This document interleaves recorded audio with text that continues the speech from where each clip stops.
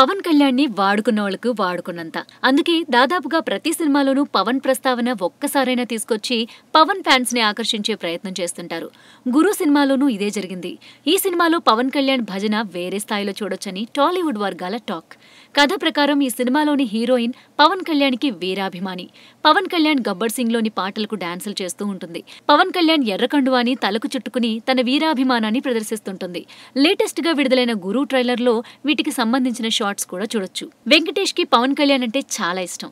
వీరిద్దరి కాంబినేషన్ లో గోపాల గోపాల సినిమా కూడా వచ్చింది. ఆ అభిమానమే గురు సినిమాలోనూ వెంకి చూపించుకున్నాడని టాలీవుడ్ వర్గాలు చెప్తున్నాయి. పవన్ మానియా గురు సినిమాకి ప్లస్ అయ్యే అవకాశాలు పుష్కలంగా కనిపిస్తున్నాయి.